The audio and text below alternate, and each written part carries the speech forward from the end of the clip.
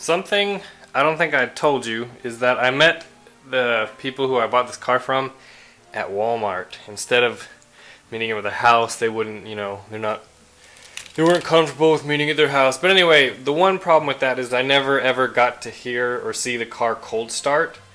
So it's kind of new to me. I've only ever ran it when it's been hot. So right now I have all the cooling stuff all buttoned up back together. You can see the new thermostat housing is not leaking, unlike the other old Autozone one.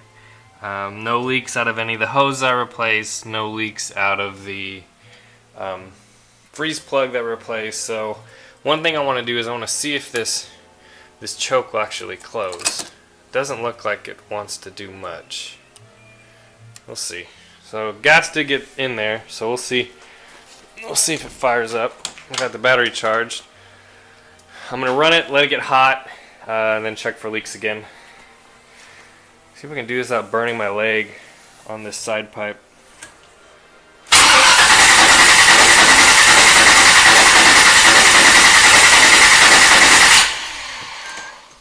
Smell lots of gas.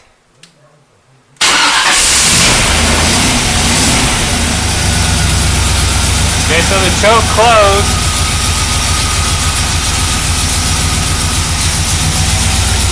It actually wasn't too bad.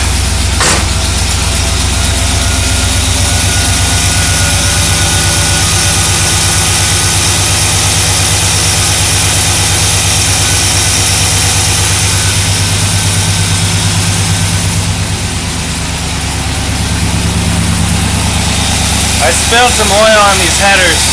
Can you tell?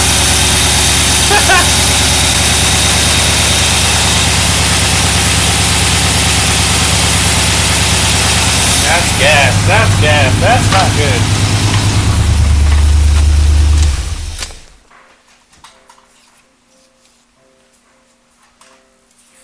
So, it's not oil. That's gas. Weird. Anyway, I took this line off. See how that's soaked like that? Oh, that could have been really bad. See how I hate the steel braided stuff? See the problem with it? I couldn't tell that I was leaking because it was leaking inside the steel braided part. Great. Well, I'm gonna let it cool down and I guess try to fix the gas leak if there is a gas leak. I don't know. We'll just have to see.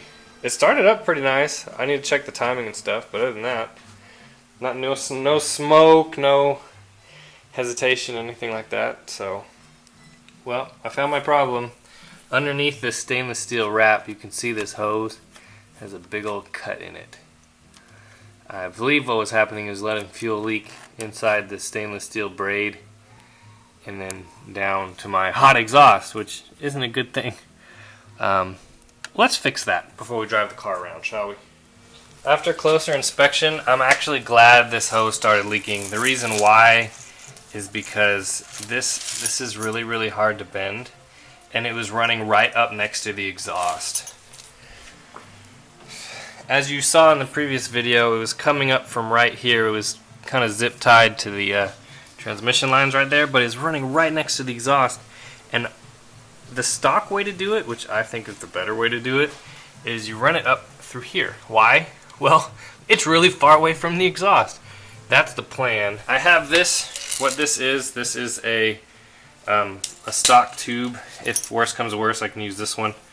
What these are when these cars had quadrajets on them, they had a metal line going from the pump all the way to the carb, and basically this is what is left of a couple of those lines. I'm going to pick the best one and put it in. That way most of the fuel line will be metal instead of just rubber. I had to reroute the line because I had to tighten the fitting, which then moved the line over. Either way it works, but I found the next thing I gotta do is valve cover gaskets. Look at all this oil just pouring off of here. I'm hoping it's because I spilled oil on it, but maybe not. I don't know. Either way, one step closer The thing is, the other side's not leaking, so I'm gonna go drive around and see if that makes any bit of difference. I feel like it's coming from farther down than when the valve covers would leak on it. We'll see. Alright, the last time I left you guys, this engine bay was almost done. What happened was I went to go test drive it and my camera ran out of memory. But good news, we don't have any leaks. The freeze plug that I repaired doesn't leak. There's no other coolant leaks for the rest of the car. It runs, doesn't run hot. It runs right at 210 like it's supposed to. The fans kick on when they're supposed to. So those repairs are done. So coolant system is all pretty much where it needs to be with the wiring and also not leaking. And next we have to pretty up the engine bay just a little bit more. If you have a keen eye, you'll notice it looks a little bit different under the hood on this 77. I have replaced the valve covers and the top with chrome ones. You might ask, why would I do that? Well, here's why. One, I needed to replace the valve cover gaskets because they were leaking, and I had to pull the valve covers anyway. Two, I had these valve covers and the gaskets in my parts stash, so those didn't cost me anything. This cost me like $20, and I was able to reuse the air filter, and I put a different base on it because the one that was on it wasn't actually keeping, it was hitting the choke right here, and that was letting air up through here without going through the air filter. Again, the guy just threw it on and didn't ever notice that kind of stuff. Another reason why I did that was because this base, this top, and these valve covers, I can sell those for more than I bought this top for. So technically, I'm on the positive on a repair, which is really hard to do sometimes. But these valve covers are installed. They have new gaskets. They're not perfect, but I think the chrome looks a lot better than the I guess they're brushed aluminum Edelbrock ones. I mean, we have, chrome pulleys and a chrome alternator and what was a chrome lid for the master cylinder. Why not have chrome everything else? Why wouldn't you have brushed aluminum for everything else? But I just think it looks so much better with, the fuel line the way it's supposed to be, the valve covers and everything the way they're supposed to be, and all the wiring better. So yeah, there it is. I consider this engine bay at this point done. If I was to do anything, I'll probably clean up the intake just a little bit, and I'll maybe get a different color spark plug wire, but I might let the next guy do that. Now we can move on to the interior.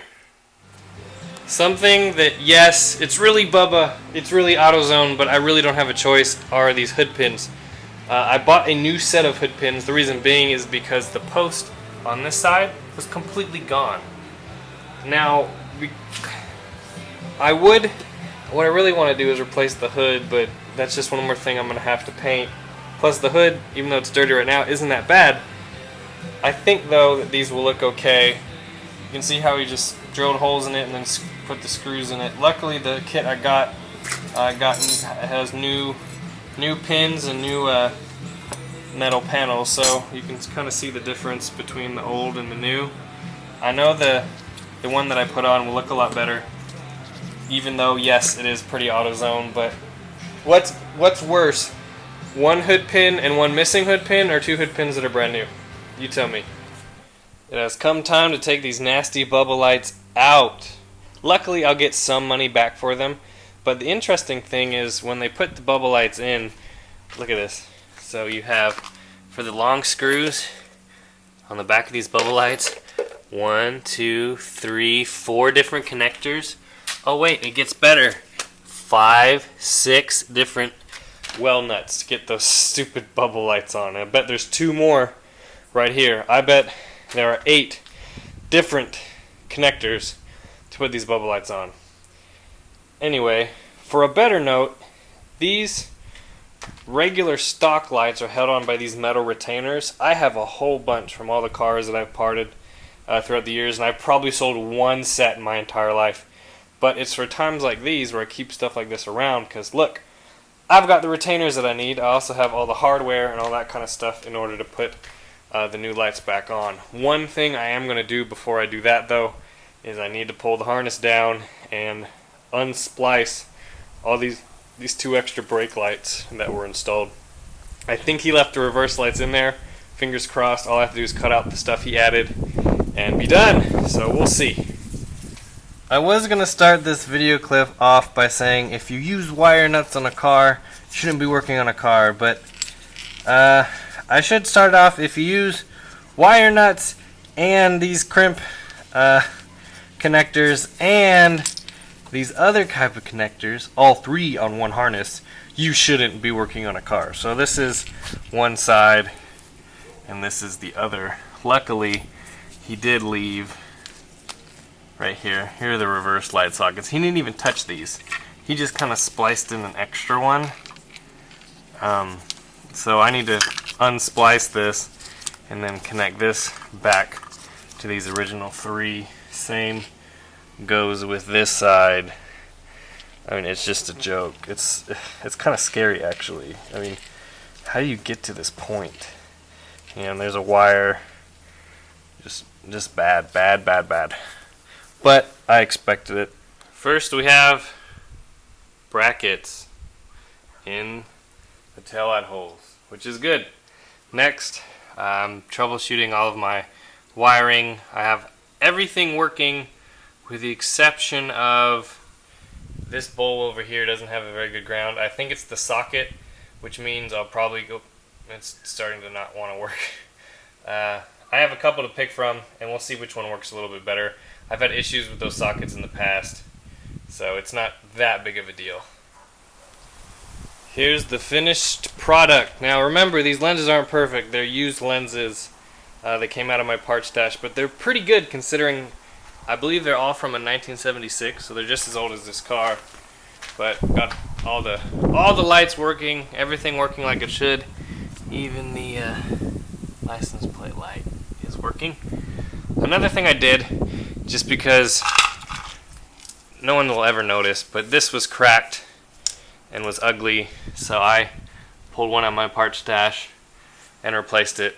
So it cost me nothing, but it just looks that much better. It's the details things. Good details.